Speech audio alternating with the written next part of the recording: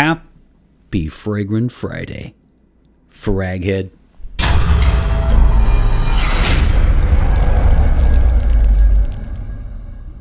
Hey everybody, this is Ben here at That Cologne Guy, coming at you with a new, Shanghai, China got it this week, review. How are you doing? Happy Fragrant Friday to you. I hope you have a great weekend. My name is Ben, this is That Cologne Guy, and I have new content for you every single Friday. Don't forget to like, comment, and subscribe. And always remember to smash, and I do mean smash, the notification bell, especially if you watch me on your phone. I've said it before, but if you don't have too much to say about this fragrance, make sure that you leave a comment down below and let me know your scent of the day. I thoroughly enjoy knowing what juice you're rocking. And then, of course, I do have one more thing to say before I dive in on the review, slightly different, which is in 2 weeks, I'm going to have my 200th. You heard that right, my 200th episode, in which I reveal only for my VIP fans. Okay, so in which I reveal a few new things coming up for the channel. I've got updates, I've got milestones, I've got much to celebrate. And one thing I would like to include, besides channel updates and announcements and milestones and celebrations, I would like to include shoutouts. So do me a favor. If you would like that, I would love to give you a shout out in 2 weeks. That's episode 200. It would mean a lot. So whether this is your first episode or whether you watch me almost every Friday, let me know, and that would be great. You could even let us know which ones you watch. Maybe you only watch the guy ones. Maybe you watch the women's perfumes I do, or a top 10 list, or maybe this is your very first one. I would love to know, but either way, let me know if I could give you a shout out, and I will do that in episode 200. I'm really looking forward to that one indeed. Speaking of looking forward to things, we are checking out none other than And Love by Tiffany. So you guys know last week I reviewed a women's perfume by Tiffany, and you can check out that one in the upper right. And I say that too because if in that episode I talk about the origins of the company a little bit more, Tiffany itself. So if you would like to know more about like some background information about Tiffany as a company, I would say check that one out, especially in the first few minutes. I won't talk about that one again because I don't want to repeat. I want to focus on something else in this one. And this is also, I have big news here because this is week 1 of a 2-week series, my friends, of dedicated subscriber. Sadokame reached out and wanted me to review the For Him and For Her for And Love. So this is, of course, for him. And then next week I will review the And Love For Her, obviously both by Tiffany. And this week is Sadokame's birthday. So happy birthday, Sadokame. And I really appreciate all of your support of this channel. It means a lot, and I appreciate the request. So let's get down to the review, shall we? Like I said, last week I talked a little bit about Tiffany as a house, and this week I'd like to focus in on the symbol. So I jokingly, when I first saw the bottle, which I'll put in the top left,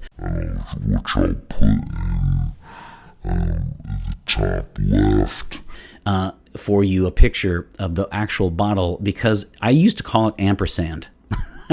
this perfume, this fragrance.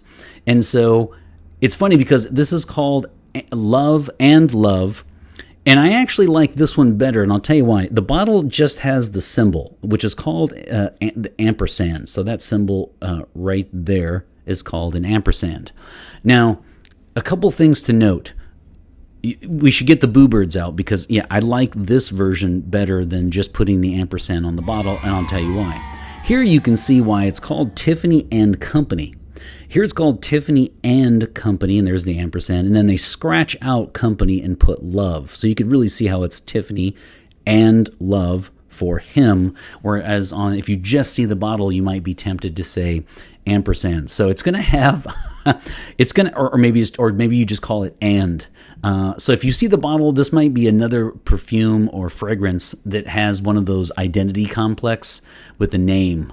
So right off the bat, there's something. Now I will say that the ampersand is the origins of the ampersand are from Latin. So in this episode, I'm going to talk a little bit about the origins of the symbol, and then in the next episode, I'll talk about the word ampersand itself. So in this episode, I just want to quickly say, so in Latin, the word for and is et. So what started to happen around the 1st century AD was they started to put et and combine them into one symbol, and that's called a ligature. Now, a ligature is when you tie two letters into one, and I will say this, as a fan of true crime shows, ligature has a very different meaning for our true crime fans, doesn't it? It is called a ligature, and so in this particular case, et in Latin is et, and it refers to, of course, and then they started to combine the e and the t together and mesh it or tie them into one symbol. And then over the years, it morphed into the symbol that you see proudly displayed on the bottle today of this cologne or fragrance. So that is the story behind the symbol itself. It does come from Latin originally. It is something that has morphed over the years and changed it into what it is now. But I think that's kind of a neat little window into a symbol that we often use. So that is the ampersand. That is et, coming from Latin, and started around to combine, or the ligature started to happen in 1st century AD, and if I'm not mistaken, I think it was around 1830. I think it was the 19th century, so we'll call it 1800s. I think when you started to see the ampersand appear in writing in English. So there you have it. There's the background on the symbol. If that's too nerdy, geeky, boring for you, all you need to remember is this fragrance is not called ampersand. That's all you need to know. Okay, so that is the name. I've already talked about the house last week. Let's dive in on the notes. And I want to say right off the bat that this is clearly a combination of two massively popular fragrances, which could be good or bad depending on your take. This one is not a clone of either one, but I find this to be a combination of Bleu de Chanel and, of course, all the fans out there, Dior Sauvage. Yep, I know. And it's about ready to get bad, though. The boo birds will come out again because I actually don't like Dior Sauvage. I know. You're upset. How could you not like that? It's not that I hate it. I don't really get all the hype for that. That is an overhyped fragrance. It is a good one. I like Dior as a house. I really do. And I wish I liked Dior Sauvage as much as you guys do. It's just not my thing. Now, I will say, years ago, a number of people reached out and told me that I should try the Bleu de Chanel. I have smelled it, but I have actually never owned that fragrance. I would say, though, but that is a fragrance that is easily recognizable. A colleague of mine wore that, and you can. That's another fragrance, kind of like Acqua di Gio, that you can recognize easily when you walk into a room. So this is a blending of the two. So the good news for me is I don't like Dior Sauvage, but I do like this one, and I do like Bleu de Chanel. And so that is really good news for me because it takes out some of the aspects of Dior Sauvage that I don't care for. It's a little rough around the edges. And it has kind of a toilet cleaner smell. You're about ready to... Don't leave this episode. It's going to get better, okay? But it does. It's just not my thing. But I like Bleu de Chanel, and this is a nice mix of the two. Now, for the notes. You're going to get Mandarin orange, definitely. Here's another one with mandarin orange. Mandarin orange has really been popular in the last 5 years. Wow. A very, very prominent ginger. And then you get into the mid notes of cypress and juniper. I'll talk about that in a second. And then I also picked up, for me, it's more about the base notes. And you want to sing it. Don't, go ahead. Go ahead. Pause it. Pause the video. I'm all about that bass. Okay, all right. So vetiver, sequoia, and sandalwood are the three on the bottom. And I will say that I did look up. I mean, I would not have been able to specifically say sequoia. I do get a vetiver. Of the three, I get a prominent vetiver, and I get a sandalwood presence. And I would not have been able to guess sequoia, although there is a woodsy element, of course, to the base.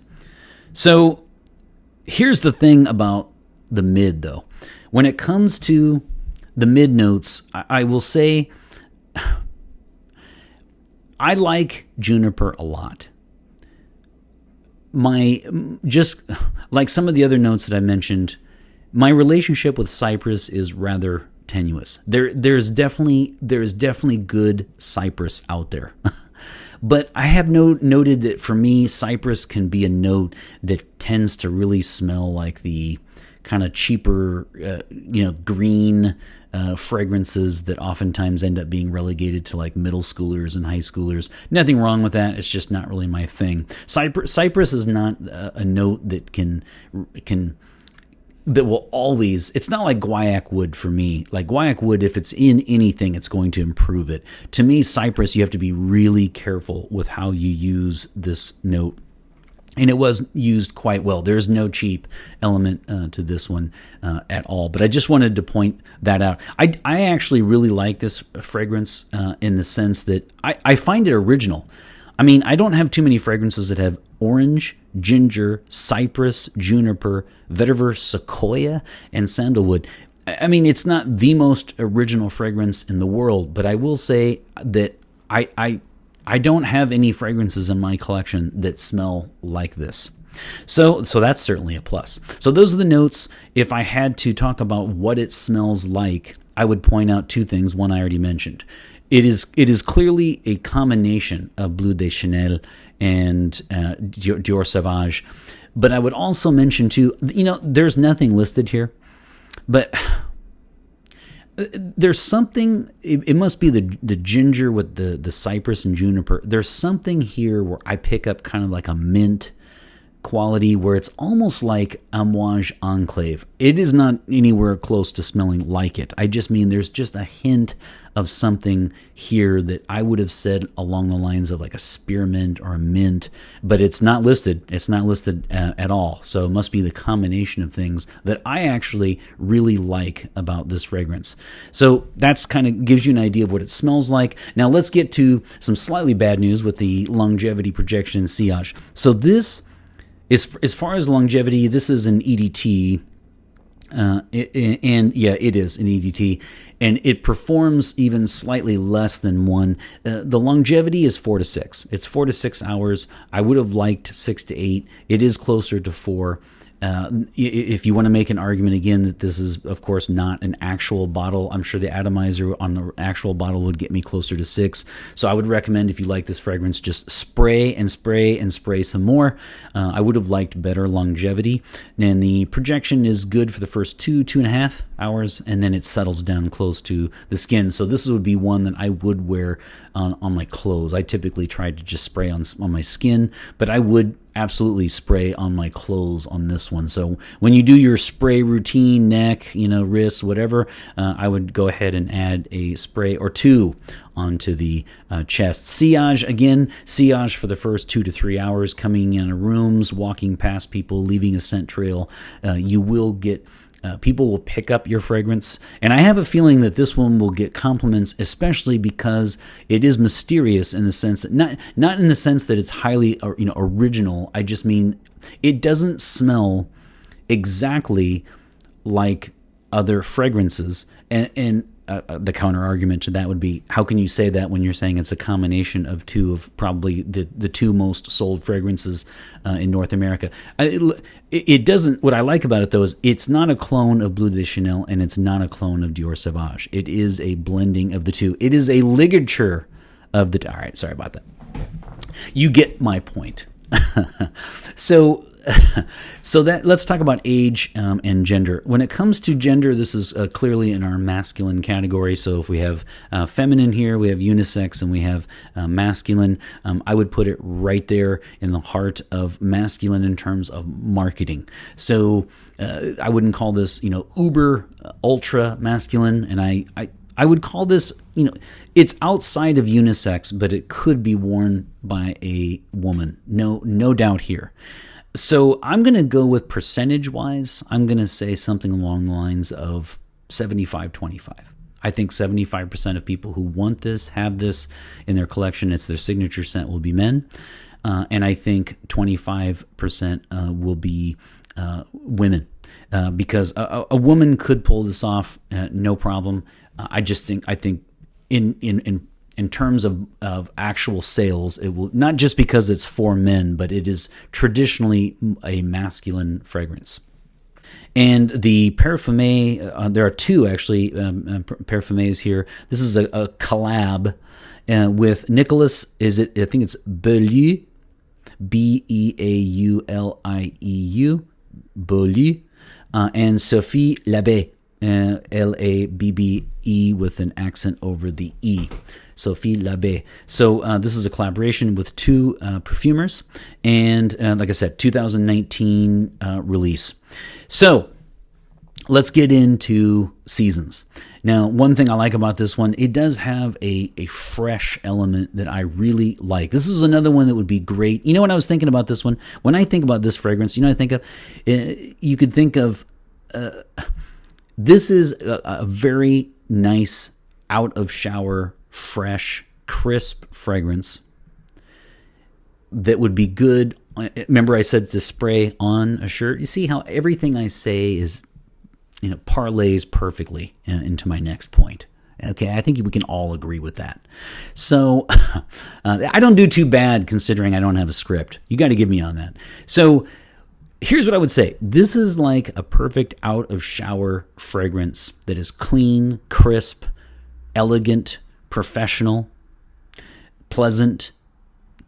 And I think I can see how a lot of women would like to wear, like this would be the perfect fragrance on a man's dress shirt where the woman would wear it later, wear the shirt later and be able to smell it still on his collar, and it would, conjure up wonderful thoughts. So I think that's what I think of that fragrance. When I think of that, I think it would be great for work, and I also think it'd be great for the nighttime. It'd be great for both. I just wish it would last for both. You would have to reapply. So in an ideal world, you would wear this to work, and then you would quickly reapply before you went out for the night, and that would be pretty much a perfect day for you.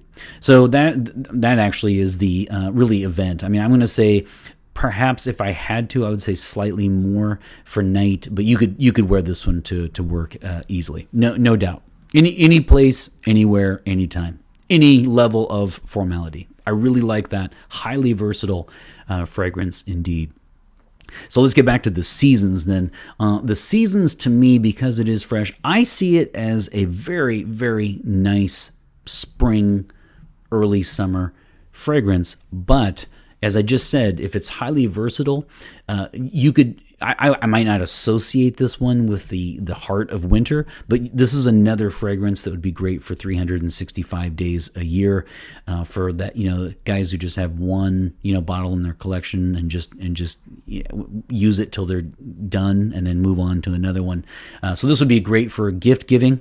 You guys know that the Tiffany packages are part and parcel of the experience. And so one of the great joys in life is that you are able to get the Tiffany's packaging and ribbons and boxes. They're very elegant, and that really certainly adds to it.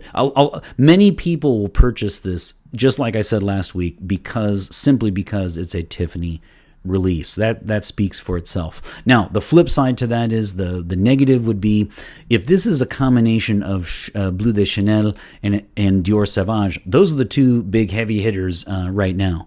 And so if the question begs to be asked, if those are high selling, what does this one bring to the table? So one concern I have would be, I'm concerned that this would be one that people don't reach for enough to actually purchase simply because the other two are wildly popular already. So I think, if someone's not tied to Tiffany, there's no real identification. It's just the scent alone. Many people will opt out of this one, and they will get either Bleu de Chanel, Dior Sauvage, or perhaps even both. So that's one thing to consider. In my case, I do like Tiffany's, and I actually, remember, I don't like Dior Sauvage, so this is actually a great fragrance for me. I thoroughly enjoyed wearing it this week, obviously, because you can see this, any juice you see, by the way, is it's because it won't come out anymore. So there's nothing coming out. I seared through this one, and I wore it to a weekend, a wedding reception over a weekend. And it did garner compliments, but I would say that, and the wedding reception was outdoors, and so I liked how it performed, but I didn't love it. And so this is actually a very easy rating for me this week. This is very easy because this is basically almost the very definition of a 4 out of 5 sprays for me. This is something I would like to have in my collection. I really enjoyed wearing it. I like the fact that the cypress is toned down. It knows its place in this fragrance. It's well blended, and it doesn't take over, and it doesn't end up being those kind of, those green, middle schooler, high schooler kind of fragrances. I certainly like how it's blended. And I still think there's kind of like a mint-ish quality to it. I just can't put my finger on it. So this is a 4 out of 5. I have to recognize that it's not the most original fragrance in the world if it's a combination of the two top sellers. But I do think that it is a nice mix of those two, though. I also, like I said, I can't tell you I have many fragrances in my collection that are mandarin, ginger, cypress, juniper, vetiver, sequoia, and sandalwood. So, I mean, say what you want, but it does have more originality to it than I think people would suggest. Certainly like that about it. I love Tiffany's, and then taking into consideration the packaging and all that comes with it. And so I really like the smell, the actual fragrance itself. I'm a huge fan of. I just would have liked a little bit more longevity. And I have to recognize that I know it's an EDT, but man, I mean, you're looking at, when you're talking 3.5 to 4.5, after all the times I've reviewed, Montals and these other Amouages and the other fragrances that just last forever and a day, you start talking around the 4-hour mark, and that's just not going to cut the mustard for some people who are on a limited budget.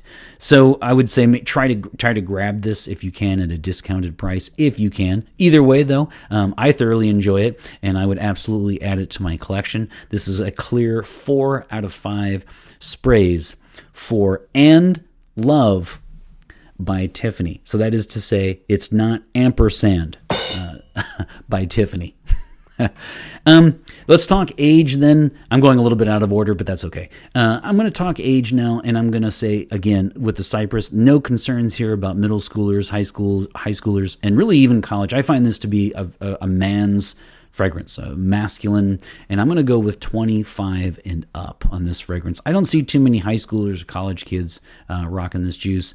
I'd probably say the same thing about Bleu de Chanel, quite frankly. So I'm going to say 25 and up for this fragrance. No, there's no youthful quality, and there's no old mannish quality to it either. It's just a nice, masculine, pleasant, clean, crisp, elegant, sophisticated release that is, it's certainly not revolutionary, and it certainly is not a beast mode. So for those two reasons, I'm gonna I'm going to keep it away from a 5. But a 4 out of 5, this is a robust effort. These will be faux sprays for me this week because, as I said earlier, I don't have any left at all. I even tried to see if I could get some on my watch band right before I recorded, but I am bone dry. I really enjoyed wearing it this week indeed. And so let's go one on each side of the neck, one on each wrist for 4 out of 5 sprays, faux sprays for And Love by Tiffany. For him. Boom. Boom. Boom. Oh, I did get one there. I got one. And boom. I actually got 2, so that's pretty good. 4 out of 5 sprays. I really enjoyed part 1 of this 2-week project that I'm doing, and actually really 3 weeks because this will be the third. Next week will be the third Tiffany in a row. So I'm really enjoying going over the house, the names, the reasons, the whys, the hows, the whens, and on and on. I really enjoy doing these reviews for you. I look forward to seeing you next week. And always remember, my friends, fragrance marks the celebration of today. Take care, everybody.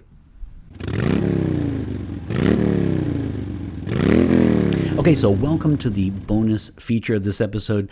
If I had faux sprays, you're probably asking yourself, if you, the viewer, has to put your scent of the day, then what is my scent of the day? My scent of the day is just ridiculously good. I love this fragrance so much, and that is, of course, Terre d'Hermès.